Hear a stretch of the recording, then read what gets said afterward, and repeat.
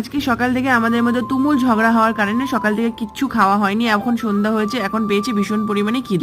কি খাই করতে করতে যেই ফ্রিজটা খুলেছি দেখি এক টুকরো পনির রয়ে গেছে। তো ভাবলাম এটা দিয়ে আজকে মোমো বানানো যাক।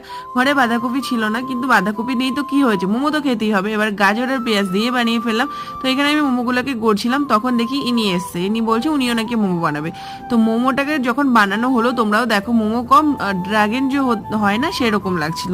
তো ওর এই দেখো মোমো রেডি। তো নিজে বানিয়ে নিজেই এত এক্সাইটেড, দেখো মোমোটা দেখে তো আমার এত হাসি পাচ্ছিল, কিন্তু মোমোটা বানানোর পর আমি এটা ওকেই খাইয়েছিলাম। তো যাই হোক, মজা করতে করতে আমার এখানে মোমোগুলো সব রেডি।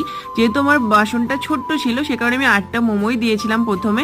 তো 15 মিনিট এটাকে ভালো করে সেদ্ধ করতে বসিয়ে দিলাম। আর এদিকে আমি চাটনিটা বানিয়ে নিয়েছি। চাটনির জন্য আমি বাদাম, টমেটো আর লঙ্কাটা দিয়েছিলাম, কিন্তু ওটা সবকিছু সেদ্ধ করা ছিল। আর এদিকে চাটনি বানাতে বানাতে আমার মোমো একদম রেডি, দেখেই তো ভীষণ ভালো লাগছে। এদিকে রিককে দিয়েছিলাম, রিক খেয়ে বললো খুব ভালো হয়েছে। আমিও খেলাম, ভীষণ ভালো হয়েছে। অবশ্যই